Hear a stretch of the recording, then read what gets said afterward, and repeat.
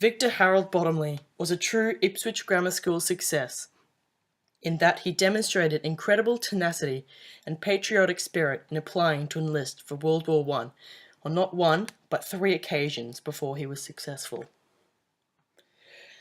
Victor Bottomley's combination of strong family upbringing and sound Ipswich Grammar School values were critical in supporting his service to Australia.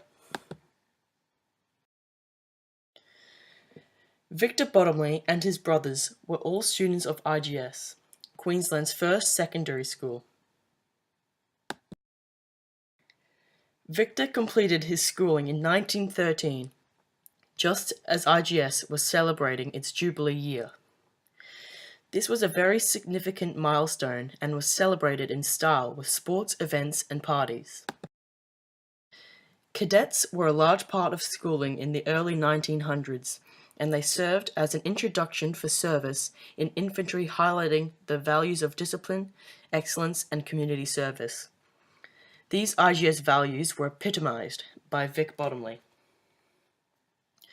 While one's personal values are strongly influenced by our school environment, Victor's family life also taught him excellent ethics. Victor was born the 5th child of 7 born to James Parker Bottomley and Isabel Louisa McKean. Clearly, the family endured some difficult times as 2 of Victor's siblings died at age 2 and 3 years. The Bottomley family lived in Grey Street in the building which now houses the Ipswich Club. In 1893, the family suffered considerable loss with the flooding of their home 3 times within a fortnight. Victor's father, James Parker Bottomley, was an eminent businessman who emigrated from Yorkshire in England in 1884. As a teenager employed in those early years, commerce was tough, demanding plenty of grit and a good physique to stand the strain. The hours were long, often extending from 4:30 in the morning until 7 at night. Evidence of James Bottomley's work ethic and sturdy character is obvious. Following his work in the butchery, James Bottomley entered a number of other business pursuits, which, due to his ability and hard work, succeeded. All these examples paint a family upbringing that represents tenacity in overcoming adversity, sense of community, leadership in business, and sound work ethic. And this very environment, together with school values, instilled in Victor Bottomley a real work ethic and community contribution, which laid the foundation for his determination to serve the country in World War I. Spurred by examples set by his father and brothers Percy and Edgar, Victor was determined to join forces and serve his country. Victor was very young when he first attempted to enlist, and he did not meet the standards, so he was rejected. He tried again to enlist some time after, but was turned down again on account of his lack of robustness.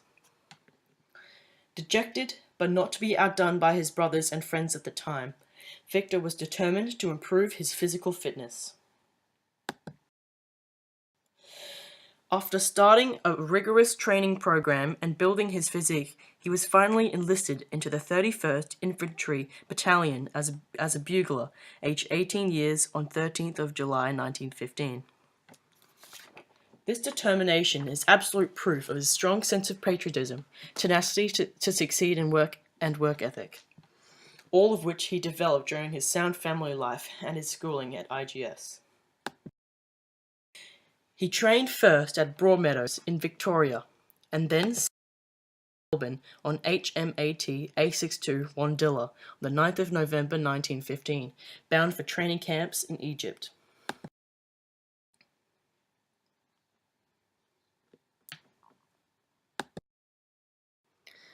From March 1916, Australian troops were shipped from Egypt to France to join the scene of hostilities and French warfare. They then advanced near Armentières to the shell-damaged Fromelles.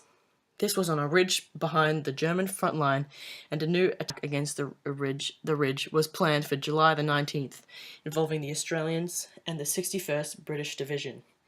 This was first known as the Battle of Fleury, named after a neighbouring village, but eventually became famous as the Battle of Fromelles.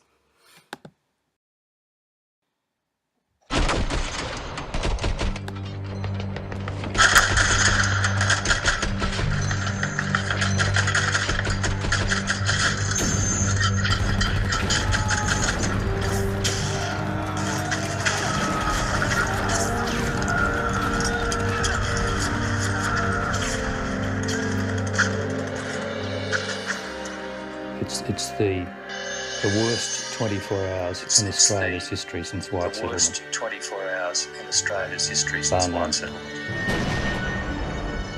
Bar none.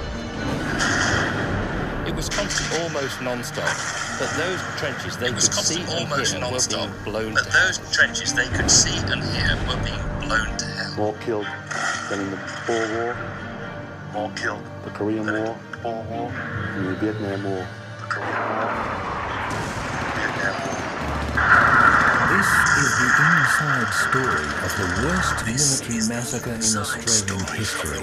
Harrowing eyewitness accounts of a bloody battle that should never have happened. These flags represent the place where a particular Australian soldier died. More than 5,500 Aussie diggers were killed, maimed or went missing in one day in the 1916 Battle of Fromelles. He was just a good bloke like all of them now, but it kills you, to be here. Nearly a century after the diggers sacrificed their lives, a thrilling detective trail across Australia, Europe and beyond unravels the horrors of the past. Sorry. Here we have the documentary evidence that it had been a burial ground. This is the exclusive behind-the-scenes story of the single largest discovery of World War I dead in modern times. The families of the missing soldiers have waited decades for their loved ones to be found. Now, from beyond the grave, modern DNA science will bring families together and expose the final shocking hours of the missing diggers of Fromelles. He must have crawled into the bushes and died there.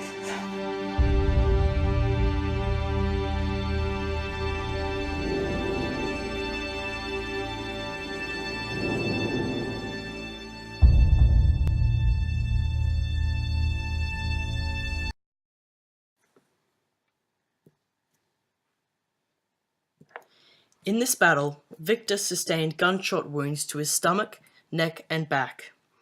In fact, he was lucky not to have lost his life, for over 5,000 Australian soldiers did so during this battle.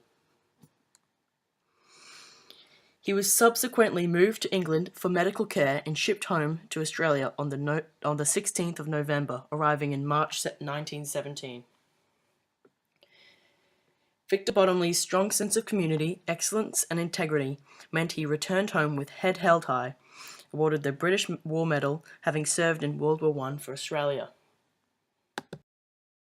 Fixed in his determination to devote his services to his king and country, Victor Bottomley showed incredible courage and tenacity in applying to enlist for World War I, not once but 3 times before he was successful. These personality traits were no doubt handed down in his family, where he followed in the footsteps of his older brothers and received expert leadership from his father, who was a role model of integrity, leadership, excellence, and community. Victor's 5-year term at IGS under headmaster Mr. Lawrence also helped shape these core values.